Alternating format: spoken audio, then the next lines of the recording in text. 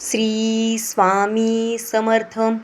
स्वामी भक्तांनो, आजचा हा व्हिडिओ मध्येच बंद करू नका, कारण आजचा संदेश कदाचित तुमच्यासाठीच असू शकतो.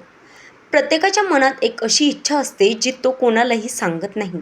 काहींची नोकरीची इच्छा असते, काहींना स्वतःचं घर हवं असतं, तर काहींना मुलाचं भविष्य उज्ज्वल व्हावं असं वाटत असतं. तर काही जण फक्त एवढीच प्रार्थना करतात की त्यांच्या घरात पुन्हा आनंद यावा. पण जेव्हा खूप दिवस प्रयत्न करूनही काहीच होत नाही, तेव्हा मन खचतं. प्रश्न पडतो, स्वामी, माझी प्रार्थना तुमच्यापर्यंत पोहोचते की नाही?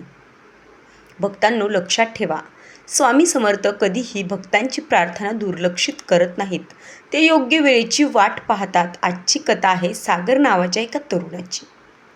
सागर एका छोट्या कंपनीत काम करत होता. त्याचं स्वप्न होतं स्वतःचं घर घ्यायचं, आईवडिलांना सुख द्यायचं आणि कुटुंबाला आनंदी ठेवायचं.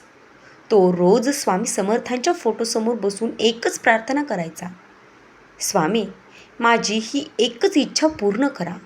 दिवस गेले, महिने गेले, पण परिस्थिती बदलत नव्हती. एका दिवशी त्याने निराश होऊन विचार केला, कदाचित माझ्या नशिबात हे नाही. त्या संध्याकाळी तो स्वामी समर्थांच्या मंदिरात गेला. मंदिरात फार कमी लोक होते. त्याने डोळे मिटले आणि मनापासून प्रार्थना केली. अचानक त्याला मंदिरात बसलेल्या एका वृद्ध भक्ताचा आवाज ऐकू आला. ते भक्त म्हणत होते, बाळा, तुझी इच्छा पूर्ण होण्यासाठी फक्त प्रार्थना पुरेशी नसते. श्रद्धा, संयम आणि योग्य वेळही आवश्यक असतो. सागरने डोळे उघडले. तो त्या वृद्धांकडे गेला, पण काही क्षणातच ते तिथून निघून गेले. सागरच्या मनात एक वेगळी शांतता निर्माण झाली. तो घरी परतला.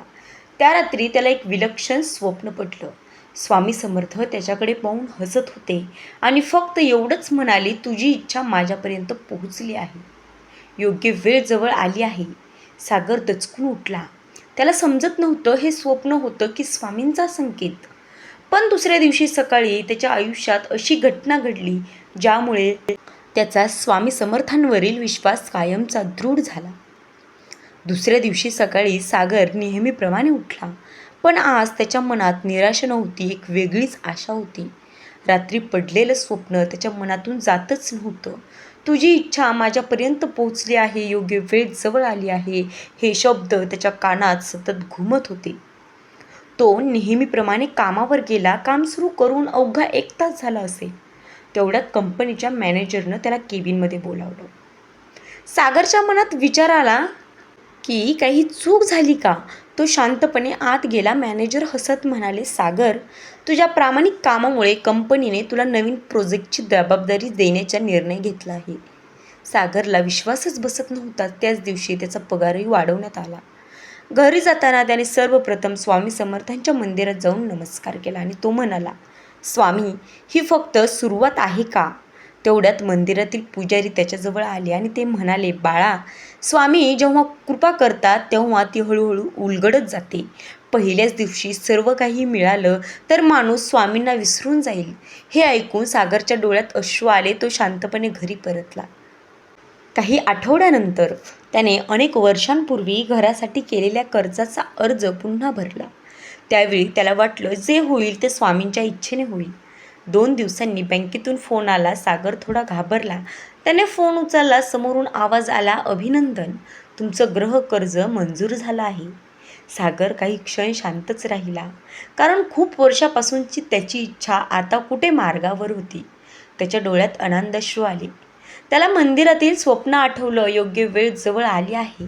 आता त्याला प्रत्येक शब्दाचा अर्थ समजत होता. त्याने लगेच आईला फोन केला. आई फक्त एवढीच म्हणाली, बाळा, मी सांगितलं होतं ना, स्वामी उशीर करतात पण अन्याय कधीच करत नाहीत. त्या दिवसानंतर सागरचा स्वामी समर्थांवरील विश्वास आणखी दृढ झाला. त्याला समजलं, इच्छा पूर्ण होण्यासाठी फक्त मागणं पुरेसं नसतं, तर योग्य वेळेची वाट पाहणं सुद्धा तेवढंच महत्त्वाचं असतं. स्वामी योग्य वेळ येईपर्यंत आपल्याला तयार करत असतात. पण काही दिवसांनी सागरच्या आयुष्यात अशी घटना घडली ज्यामुळे त्याला स्वामींच्या कृपेचा खरा अर्थ समजला. काही महिन्यांनी सागरचं सर्वात मोठं स्वप्न पूर्ण झालं.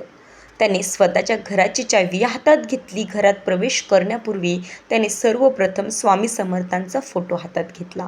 आईने हळदी कुंकू लावलं, दिवा प्रज्वलित केला आणि संपूर्ण कुटुंबाने एकाच स्वरात म्हटलं, श्री स्वामी समर्थ. त्या दिवशी सागरच्या डोळ्यात आनंदाश्रू होते. तो स्वामींच्या फोटोसमोर बसला आणि म्हणाला, स्वामी, मी अनेक वेळा तुमच्यावर शंका घेतली. मला वाटलं तुम्ही माझी प्रार्थना ऐकत नाही, पण आज समजलं. तुम्ही प्रत्येक क्षणी माझ्यासोबत होतात. दुसऱ्या दिवशी तो मंदिरात गेला. तिथे त्याला पुन्हा तेच वृद्ध भक्त दिसले. सागर त्यांच्या चरणी नमस्कार करून म्हणाला, तुम्ही सांगितलेले प्रत्येक शब्द खरे ठरले. वृद्ध भक्त हसले आणि शांतपणे म्हणाले, बाळा, स्वामी भक्तांच्या इच्छा नक्की पूर्ण करतात, पण त्याआधी भक्ताचा विश्वास मजबूत करतात. ते पुढे म्हणाले, लक्षात ठेव, जर इच्छा लगेच पूर्ण झाली तर माणूस आनंदी होईल, पण जर योग्य वेळ आल्यावर पूर्ण झाली तर तो आयुष्यभर कृतज्ञ राहील. हे शब्द ऐकून सागर काही क्षण शांत उभा राहिला. तो पुन्हा मागे वळून पाहतो, पण आश्चर्य येते, वृद्ध भक्त तिथे कुठेच दिसत नव्हते. सागरच्या अंगावर शहारे आले. त्याच्या मनात एकच विचार आला, हे स्वामींचंच रूप होतं. भक्तांनो, आज तुम्ही हा व्हिडिओ पाहत आहात. कदाचित तुमच्याही मनात एखादी मोठी इच्छा असेल, नोकरी, व्यवसाय, लग्न किंवा मुलांचं भविष्य, घर, आरोग्य किंवा मनशांती. तर लक्षात ठेवा, स्वामी समर्थ कोणाचीही प्रार्थना वाया जाऊ देत नाहीत, पण ते योग्य वेळेची वाट पाहतात. म्हणून विश्वास कधीही सोडू नका. प्रामाणिकपणे मेहनत करत राहा. रोज काही क्षण स्वामींचं नामस्मरण करा आणि मनापासून म्हणा, श्री स्वामी समर्थ. कदाचित तुमच्या इच्छेची पूर्तता तुमच्या अपेक्षेपेक्षा खूप जवळ असेल. जर तुमचा स्वामी समर्थांवर पूर्ण विश्वास असेल तर कमेंटमध्ये मनापासून एकदा नक्की लिहा, श्री स्वामी समर्थ, आणि तुमच्या मनात कोणती इच्छा आहे ती स्वामींच्या चरणी सोपवा. व्हिडिओ आवडला असेल तर लाईक करा. तुमच्या कुटुंबियांसोबत आणि इतर स्वामी भक्तांसोबत व्हिडिओ शेअर करा.